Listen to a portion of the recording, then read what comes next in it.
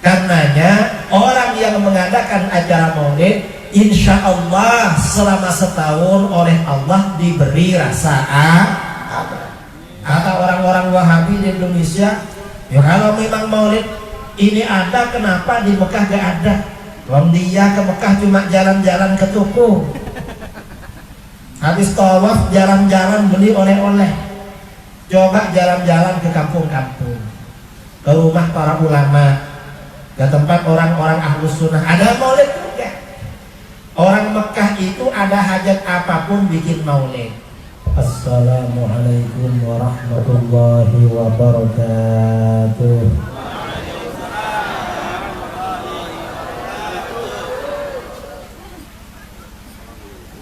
Jadi orangnya ramai tapi suaranya kecil. Tak tambah lagi. Yang jawab salam mudah-mudahan cepat sugih. Assalamualaikum warahmatullahi wabarakatuh.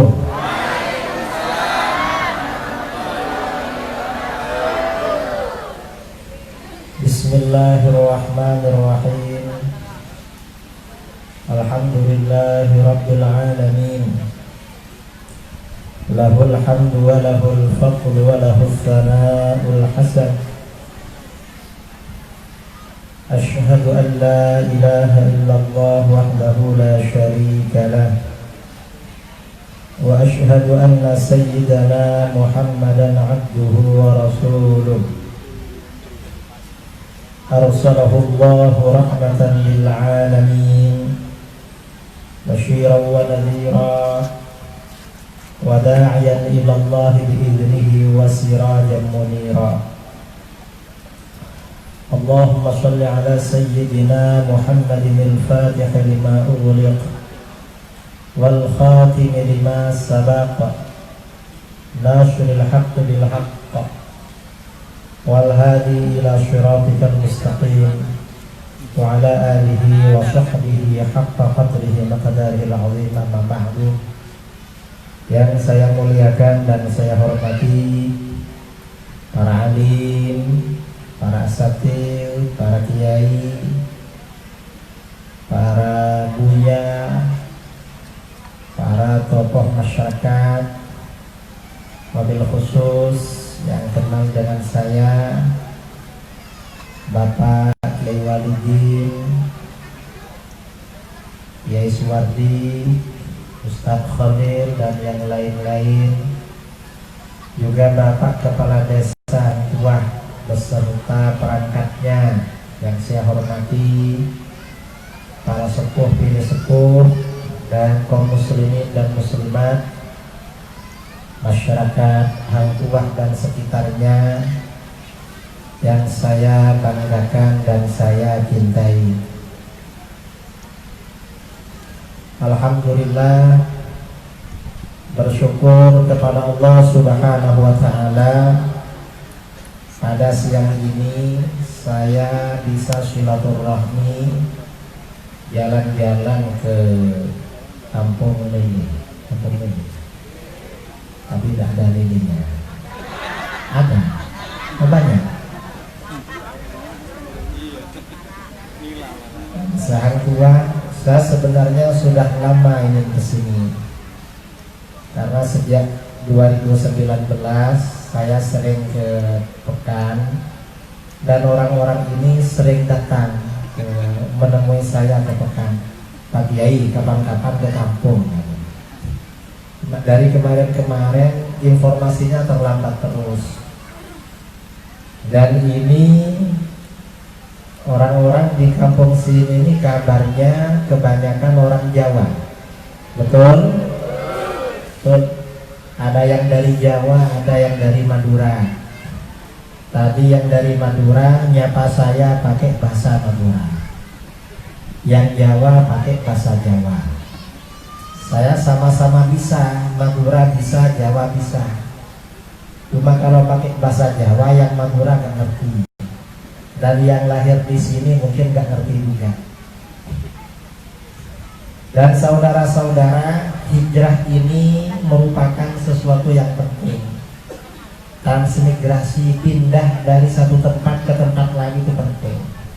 Karena memang perintah dalam agama, walaupun perintahnya sunnah.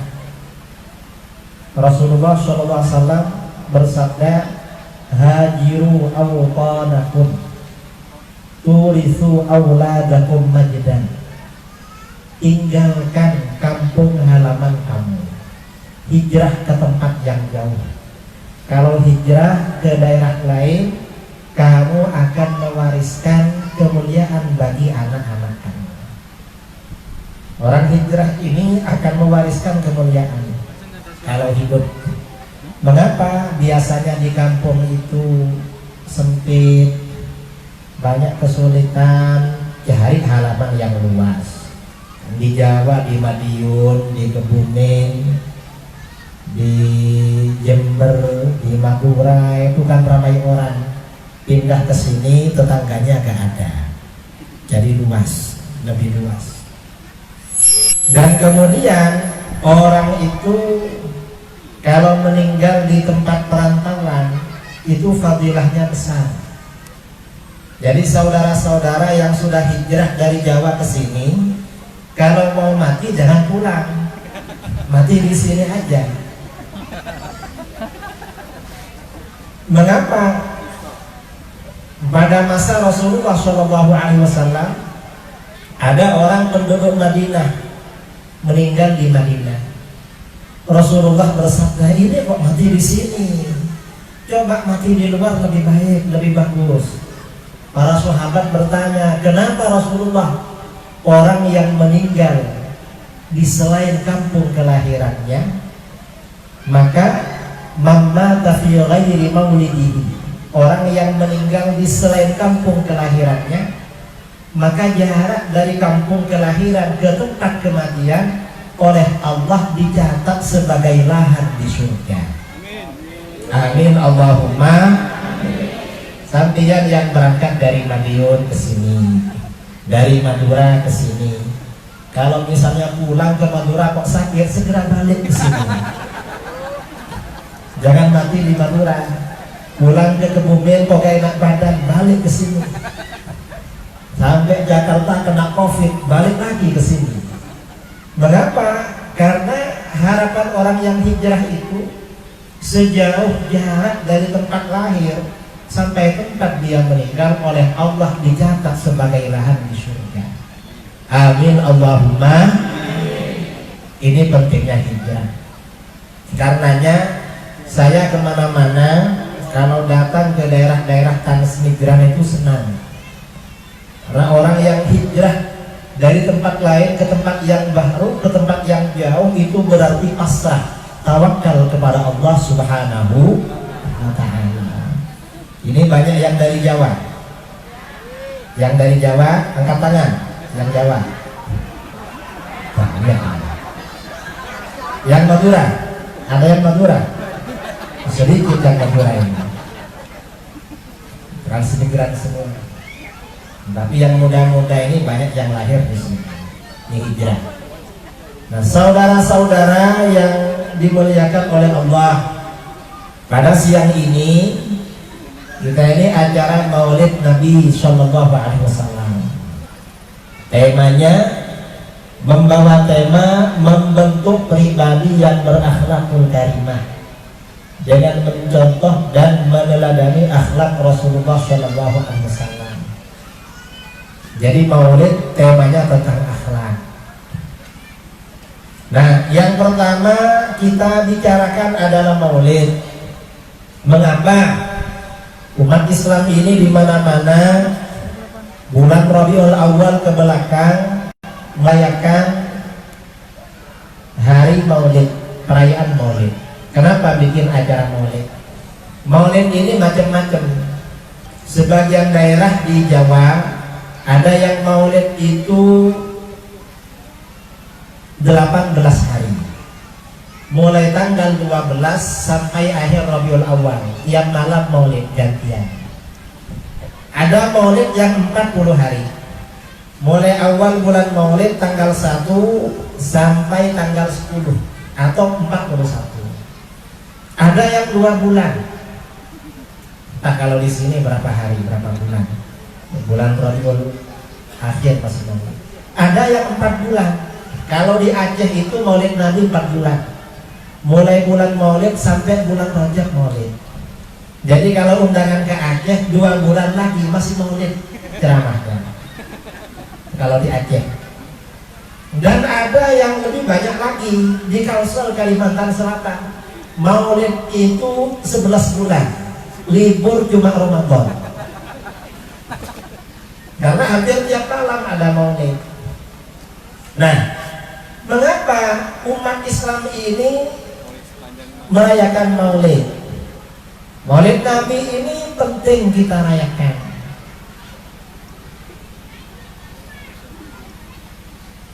Apa pentingnya kita merayakan maulid Nabi?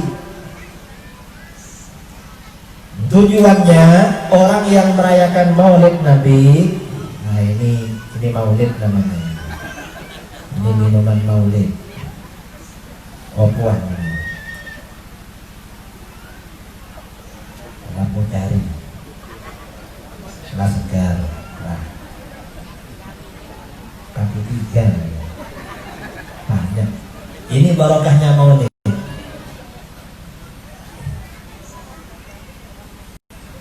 Sing dicoba. Nanti dicoba sedikit-sedikit.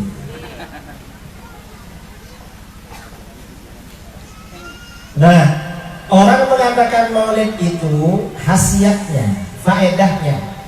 Yang pertama, orang yang mengadakan maulid kata Al-Imam Ibnul Jauzi. Orang yang merayakan maulid yang pertama, al-amanu fi dzalikal 'am. Oleh Allah akan diberi keamanan selama 1 tahun. Amin Allahumma. Karenanya dengan barokahnya maulid ini bapak-bapak yang di depan ini panas. Ini apa ya Pak? Apa agak mundur atau gimana? Apa pindah ke sini? Pindah ke atas saja. Nggih, saya pindah beri kemauan biar tak panas. Ternopo-nopo.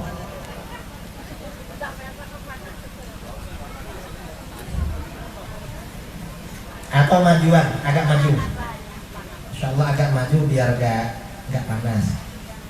Ini kalau Pak TNI ini udah apa kepanasan karena biasa dijemur memang. Kalau yang ini sudah lama gak ke kebun, jadi perlu refreshing biar gak terlalu panas. Jadi orang yang mengadakan maulid ini, yang pertama oleh Allah diberi keamanan selama 1 tahun. Karena itu ya, bapak-bapak, ibu-ibu, dengan acara maulid ini kita berharap kepada Allah selama setahun kita dijaga oleh Allah. Amin Allahumma. Mudah-mudahan aman dari musibah, aman dari bencana, aman dari sakit, aman dari COVID, aman dari corona. Amin Allahumma. Insya Allah kalau maulid aman dari COVID, nggak perlu khawatir. Ini yang pertama. Mengapa orang yang mengadakan maulid itu apa nih? Harus 2 orang yang angkat. Mengapa orang yang mengadakan maulid oleh Allah diberi aman selama setahun? Karena lahirnya Rasulullah SAW membawa keamanan. Rasulullah lahir itu menjadi penyebabnya kota Mekah itu aman. Kok bisa?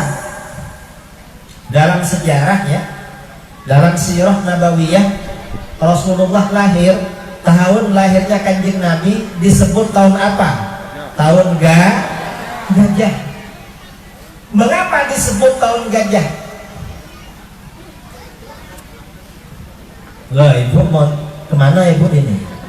Panas. Oh, oke, monggo. Pindah biar panas.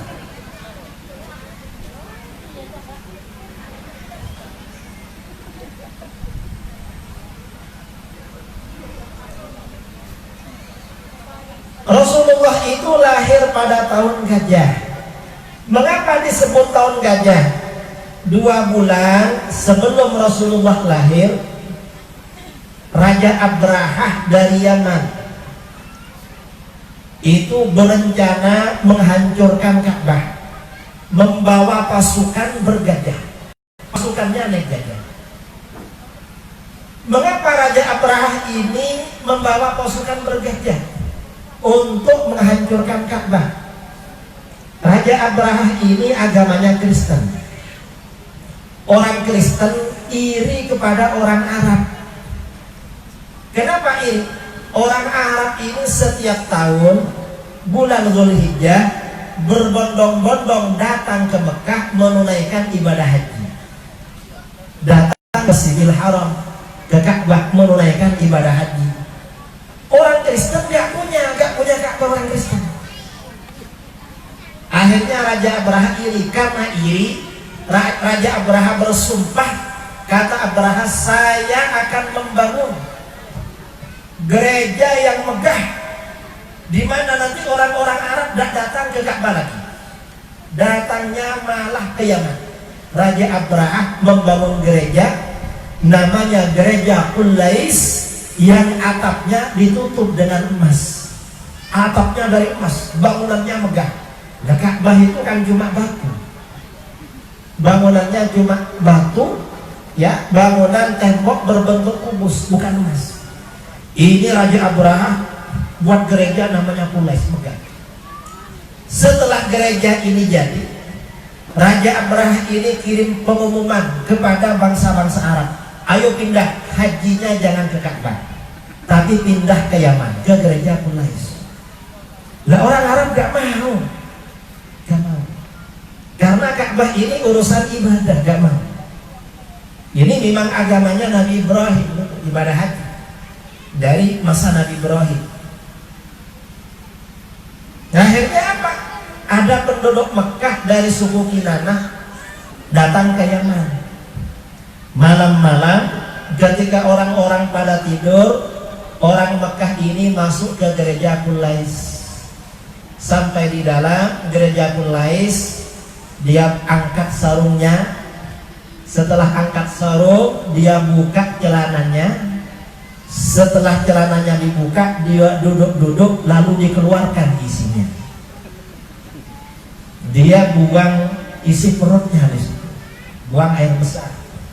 Setelah itu pergi, kata dia, sudah tak kasih gerejanya. Besoknya penduduk Yaman heboh, siapa ini yang mengotori gereja? Akhirnya ketahuan kalau yang mengotori seorang, kalau yang buang air besar itu penduduk Mekah. Lalu Raja Abrahah bersumpah akan menghancurkan Ka'bah dengan pasukan bergajah. Berangkat dia ke Ka'bah, ke Mekah, naik pasukan bergajah. Begitu sampai di kota Mekah, sampai di depan, di dekat Masjidil Haram, ternyata gajahnya ini duduk gak mau berjalan. Tapi kalau diajak ke arah lain, diajak pulang, bisa lari kencang. Kalau diajak berjalan menghadap Ka'bah dulu, ada apa ini? Ketika sedang begitu, ya, gak bisa menghampiri Ka'bah, tiba-tiba Allah mengirimkan burung-burung yang disebut dengan burung ababil. Burung ini pada kedua kakinya bawa batu, kaki satunya batu, di mulutnya ada batu juga. Begitu dijatuhkan kepada tentara Abrahah yang bergajah ini, menjadi pelor-pelor yang menembus. Kalau jatuh ke kepalanya, tembus sampai ke bawah. Tentara Abrahah oleh Allah dihancurkan pakai burung ababil. Ini menjelang Rasulullah lahir 2 bulan lagi pada waktu itu. Nah, mengapa Allah menghancurkan tentara Abrahah? Kata para ulama, ikraman li wiladatin Nabi sallallahu alaihi wasallam, semata-mata karena memuliakan kelahiran Nabi sallallahu alaihi wasallam.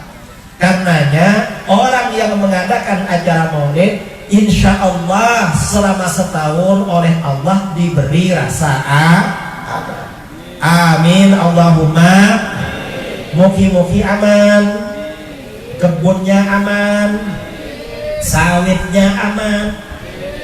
Sawit itu aman, sawit ada yang ngambil, ada yang ngambil. Tapi kalau di Jambi ada yang ngambil kan? Nah. Saya kebetulan datang ke sini meresmikan pondok di Pekanbaru, bangun buat pondok namanya Pondok Al-Hujjah.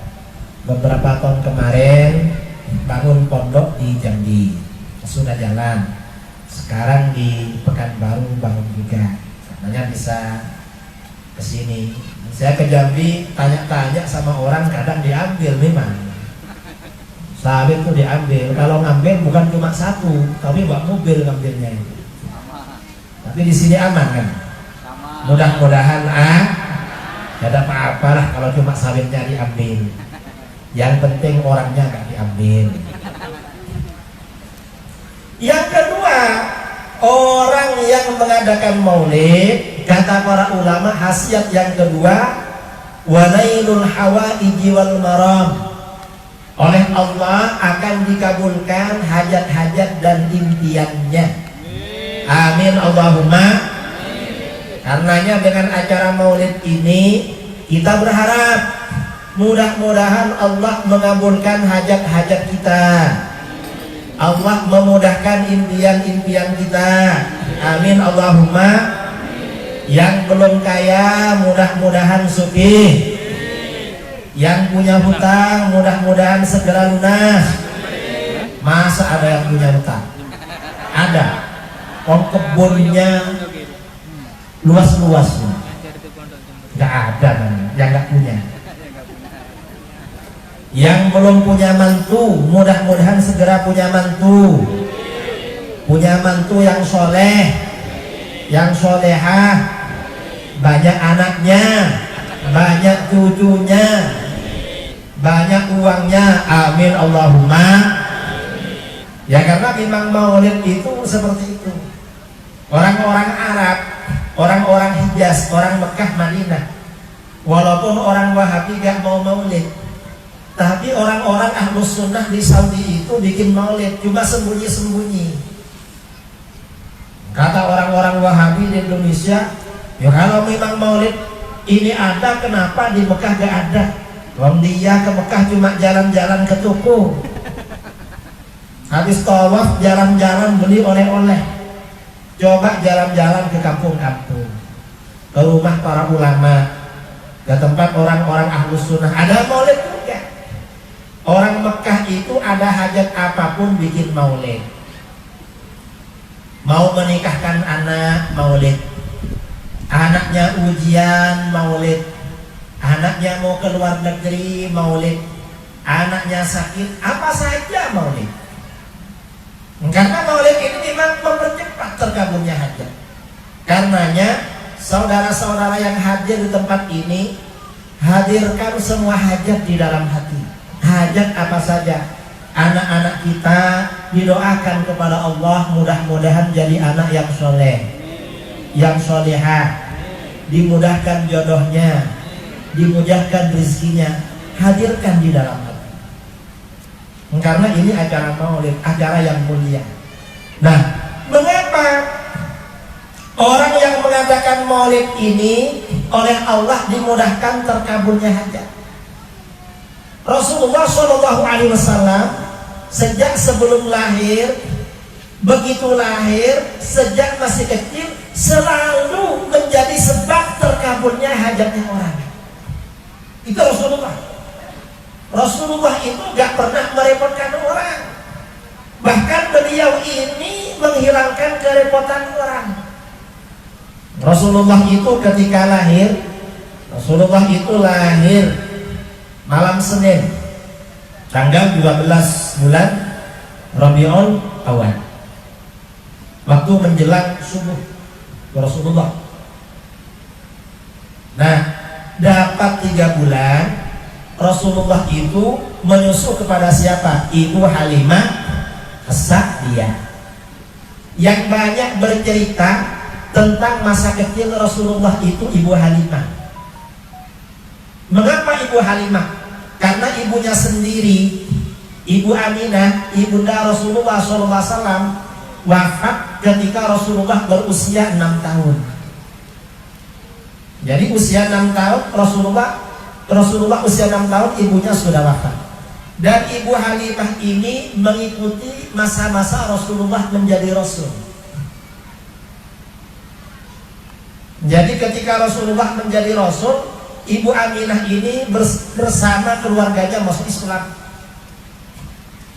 Dalam hadis riwayat Imam Abu Dawud, ketika Rasulullah sedang bersama para sahabat di Ji'ronah, tiba-tiba ada seorang wanita sudah tua menghampiri beliau. Wanita itu menghampiri, Rasulullah ambil selendangnya, selendang itu dihamparkan, lalu wanita itu duduk di selendang Rasulullah. Orang-orang bertanya, siapa wanita ini? Kok dimuliakan oleh Rasulullah? Ternyata ibunya yang menyusui, Ibu Halimah. Ibu Halimah ini yang banyak bercerita. Bagaimana kata Ibu Halimah?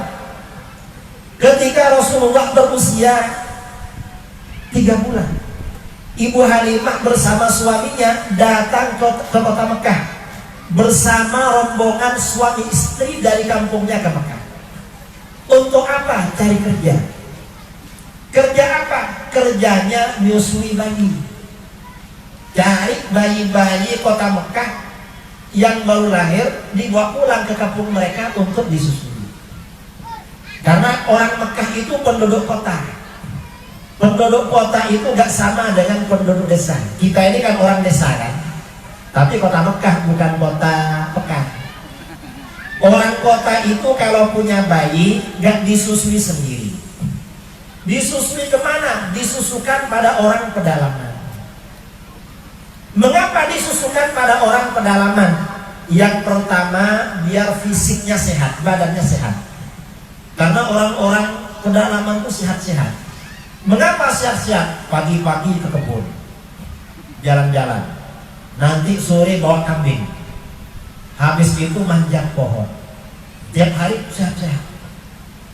Itu penduduk desa. Kalau penduduk kota, dekat-dekat naik motor, nanti dekat-dekat naik mobil, mobilnya pakai AC. Masuk kantor, masuk toko, tokonya ber-AC. Nanti pulang ke rumah, rumahnya ber-AC. Makanya orang kota ini biasanya kalah sehat dengan orang desa, dengan orang kampung. Karena penduduk Mekah ini memang disusukan pada orang kampung agar sehat. Kemudian yang kedua, mengapa disusukan? Kata para ulama, disusukan pada orang kampung agar istri itu fokus pada suami. Biar istrinya fokus pada suami. Jadi anaknya dititipkan dulu. Nanti umur 2 tahun balik lagi ke rumah. Itu orang desa, orang kota. Karena orang kota itu biasanya banyak uangnya, bisa bayar pada orang. Nah, ketika Ibu Halimah ini datang ke kota Mekah bersama kawan-kawannya, ibu-ibu yang lain bersama suami-suami mencari bayi-bayi di kota Mekah. Begitu bayi yang namanya Muhammad ditawarkan, gak ada yang mau. Gak ada yang mau. Mengapa? Karena bayinya yatim. Ayahnya meninggal ketika Rasulullah ada di dalam kandungan berusia 2 bulan. Pada malam-malam, kawan-kawannya Ibu Halimah ini sudah dapat bayi semua, Ibu Halimah belum dapat. Ibu Halimah berbincang-bincang dengan suaminya, "Bang, gimana kita pulang besok ini? Kenapa? Kawan-kawan sudah dapat bayi semua, kita belum dapat. Gimana ya?" Lalu kata Ibu Halimah, "Gimana kalau bayi yang yatim itu kita ambil?" Karena ketika Rasulullah setiap ditawarkan, orang tanya, "Ayahnya mana?" Ayahnya sudah meninggal, ini anak yatim. Loh, kalau ayahnya sudah meninggal, siapa yang kasih gaji, kasih upah pada kita? Jangan khawatir, kakeknya masih ada. Setelah dilihat kakeknya sudah tua. Ini kakek ini cari uang dan sudah tidak produktif. Mencari uang itu gak mampu, karena berangkat kerja, sebelum berangkat masih cari balsam, pasang minyak angin, mau berangkat kerja. Nyampe tempat kerja masih duduk dulu, capek karena sudah kakek-kakek. Duduk dulu itu kalau kakek-kakek. Nanti habis kerja sedikit sudah capek, pulang. Nyampe di rumah beli obat. Jadi gak produktif cari uang, orang kakek-kakek. Akhirnya orang-orang gak mau. Nah karena Ibu Halimah ini sudah gak dapat bayi, terpaksa Rasulullah diambil. Begitu bayi Rasulullah ini diambil, apa yang terjadi? Yang terjadi luar biasa. Ibu Halimah ini ketika berangkat dari kampungnya, keledainya itu kurus, tidak cepat berjalan. Dan ontanya, onta betina yang dia bawa itu sudah tua, kurus, gak ada air susu. Karenanya Ibu Halimah juga kurang asupan protein. Karena ibunya kurang protein, kurang asupan, air susunya sendiri gak banyak. Anaknya sendiri kalau malam sering nangis kelaparan. Tapi begitu mengambil bayi Rasulullah, untanya menjadi gemuk, banyak air susunya. Ibu Halimah pada malam itu bisa minum sampai kenyang bersama suaminya. Anaknya sendiri bisa menyusu dengan banyak dan bisa nyenyak pada malam itu. Ini baru ngambil Rasulullah. Karenanya orang yang bikin maulid itu hajatnya dimudahkan oleh Allah. Rasulullah sejak lahir memudahkan hajatnya orang. Itu Rasulullah baru lahir. Rasulullah ini kata Ibu Halimah dikasih susu yang sebelah kanan, yang sebelah kiri untuk anaknya sendiri. Karena Rasulullah ini dikasih susu yang sebelah kanan, maka apabila Rasulullah suatu saat dikasih yang sebelah kiri, beliau gak mau. Mengapa? Rasulullah sejak kecil sudah tahu kalau yang kiri bukan haknya, itu haknya saudaranya. Itu Rasulullah masih kecil sudah ngerti haknya orang lain. Coba anak kita kira-kira gimana? Anak saya, kalau saya datang dari, saya ini kan memang sering jalan-jalan. 10 hari yang lalu jalan 1 minggu. Di Jakarta semalam, di Padang Sumatera Barat 3 malam, lalu ke Jambi 2 malam, dari Jambi terus Jakarta semalam baru pulang 1 minggu. Ini ke Pekan baru 2 malam. Entah berapa hari lagi pulang. Biasanya kalau pulang itu anak-anak ngajak ke neneknya. Di jalan kalau ada toko biasanya minta dibelikan mainan, mobil-mobilan. Ya dibelikan. Karena kalau nggak dibelikan anak-anak itu nangis dan nggak mau pulang dari toko. Dibelikan mobil-mobilan sampai di rumah neneknya, sepupunya punya mobil-mobilan, diambilnya lagi. Itu kalau anak kita, betul? Betul. Mengapa? Ya bukan kanjeng Nabi. Anak kecil ya begitu. Walaupun punya, tapi suka sama punya orang lain. Karena kalau ada orang sudah tua, masih suka nyerobot-nyerobot miliknya orang, itu berarti pikirannya masih anak-anak. Suka nyerobot anak-anak. Sudah tua suka nyerobot. Kecuali anak-anaknya Rasulullah. Rasulullah sudah kecil, ngerti hanya orang lain. Makanya Rasulullah ini memang di dalam akhlak itu teladan yang luar biasa. Sejak kecil sama dengan masa kecilnya orang lain. Enggak merepotkan memang. Enggak.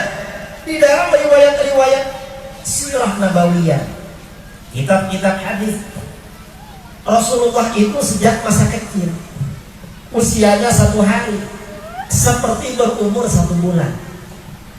Umur 1 bulan seperti bayi umur 1 tahun. Jadi gak repot jaga anak itu.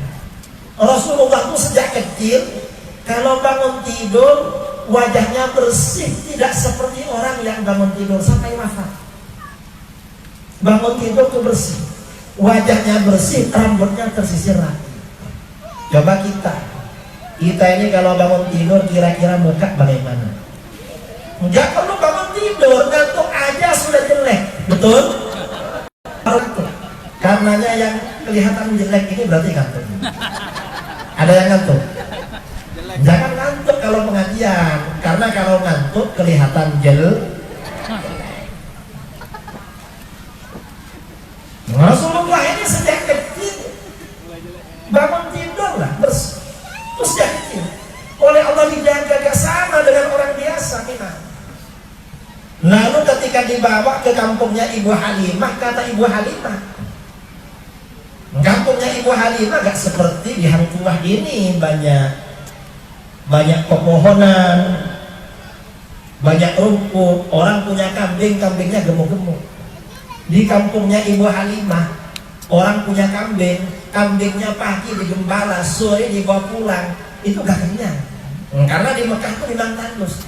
Tetapi untuk kambingnya Ibu Halimah, pagi berangkat digembala, sore diambil, kenyang-kenyang dan gemuk-gemuk. Barokahnya Rasulullah sejak kecil memang seperti itu, gak sama. Ini memang masa kecil yang luar biasa.